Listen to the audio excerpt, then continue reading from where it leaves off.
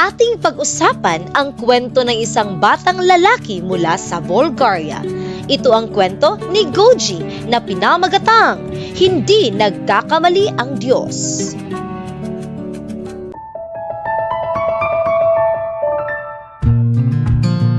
Nang unang pumunta ang mga magulang ni Goji upang ipatala siya sa isang Seventh-day Adventist kindergarten sa Bulgaria, ang kanyang ama ay puno ng mga tattoo at nagtatrabaho bilang bodyguard ng isang Bulgarian gangster, samantalang ang kanyang ina ay mukhang isang fashion model o beauty queen. Sa simula, naisip ng guro kung ang kindergarten ba ay angkop para sa kanilang pamilya. Ngunit nanalangin siya at isinantabi ang kanyang mga pagkiling at paghuhusga batay lamang sa kanilang panlabas na anyo. Tinanggap niya sila dahil maituturo ng paaralan kay Goji ang pagmamahal kay Jesus.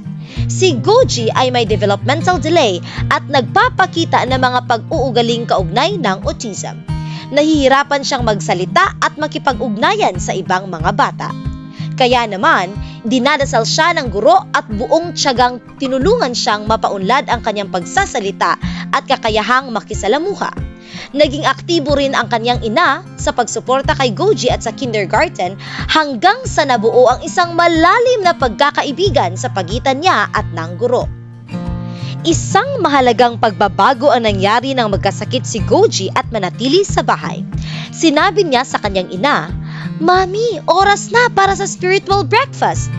Kumanta rin siya ng awiting Kristiyano at ipinakita sa kanyang ina ang Bibliyang ibinigay sa kanya ng kindergarten. Nakita ng guro na bukas ang puso ng ina na matuto tungkol sa Diyos, kaya nagsimula siyang magbigay sa kanya ng Bible studies. Malaki ang naging impluwensya ng kindergarten sa pagbabago ng kanilang pamilya.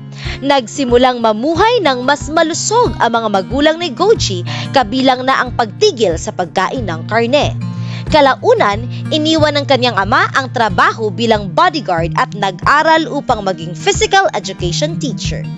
Lumipat ang pamilya sa ibang bayan, ngunit nanatili ang kanilang komunikasyon ng guro at ng ina ni Goji.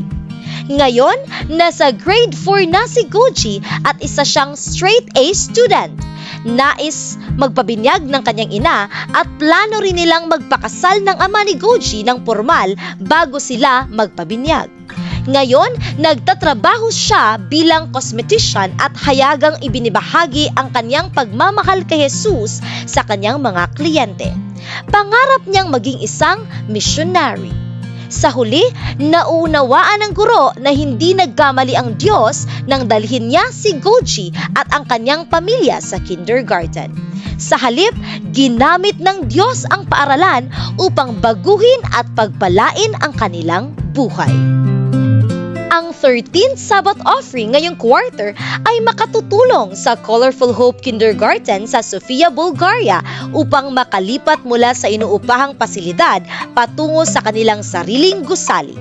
Mahigit kalahati ng mga batang nag-aaral dito ay mula sa mga pamilyang hindi miyembro ng Seventh-day Adventist Church o hindi naniniwala sa Diyos. Sa pamamagitan ng proyektong ito, magkakaroon ng mas malaking pagkakataon na maabot ang mas maraming pamilya sa pamamagitan ng edukasyon, pangangalaga sa kalusugan at pagmamahal ni Jesus. Maraming salamat sa inyong paghahanda para sa isang masaganang handog.